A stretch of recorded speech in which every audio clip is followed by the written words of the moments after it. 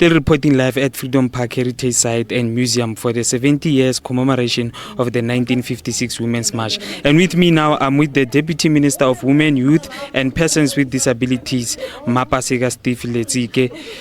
Deputy Minister, thank you very much for your time. A really important day. Firstly, please tell us about today's commemoration. Indeed, today's it's a launch, in fact, of a year-long program towards the commemoration that is scheduled for the 9th of August 2026. Of course, the Ministry of Women responsible for Women, Youth and Persons with Disabilities, focusing really to then say, as we go towards this year-long program that is launched by Minister Chikunga, we are then saying there are quite a number of things we must focus on. One, in the economy, what is the women's economic participation and where we come from, because the means of production must dictate where women should be at this moment. Yes, our economy may be growing at a very snail pace, but that snail pace must include women. That growth and the projection that we have for our economy to 3.5% growth must have women at the center. And then we're also speaking about representation. We are speaking about leadership. We're speaking also about some of the social ills that we're dealing with. How do we fast-track efforts to eradicate gender-based violence, eradicate poverty, and also deal with some of the inequalities that exist? But we are also saying we have come a long way. 70 years has been a moment where we reflect how our participation, how our resilience, and how the spirit of unity of those women who marched here in Pretoria, 20,000 of them, walked side by side across a racial line, across class and across geography.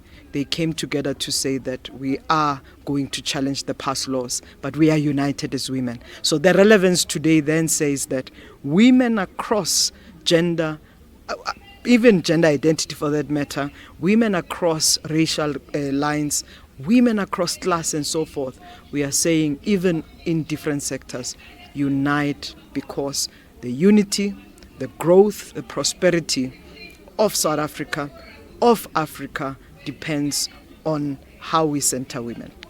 And going deep into this day, how important it is this day in commemoration of the 1956 Women's March? Listen, the importance of this day speaks about how women organized, how women really were not wanting to be erased. The importance of this day says that we must reflect, we must look back, we must honor. We had in that room various women who participated. We have one of the living stallions, icons that was there in 1956, Mam Sophie de Bruyn.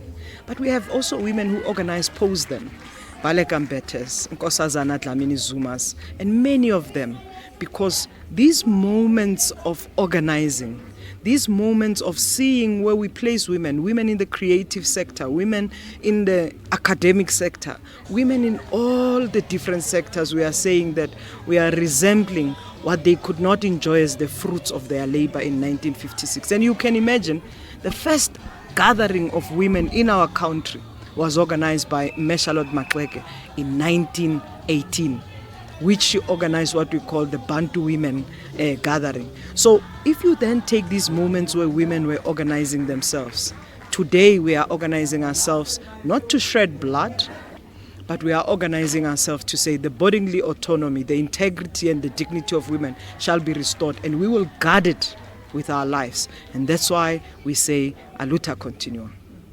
And lastly, Deputy Minister, a message of empowerment to young South African women out there. Young South African women have to reflect. In 1994, we had just below 28% of young women who were accessing academic or institutions of higher learning. But today we've got over 75% of young women entering the academic institutions, the TVET colleges, and even basic education, because we are saying today, no young women must be at home when they're supposed to be learning, because we are saying we want to tap on the potential, on the future that we have. That future is a smart future. We will empower it, we will enable it, and we must work with it. Secondly, is to say, tell your story. You have a beautiful story.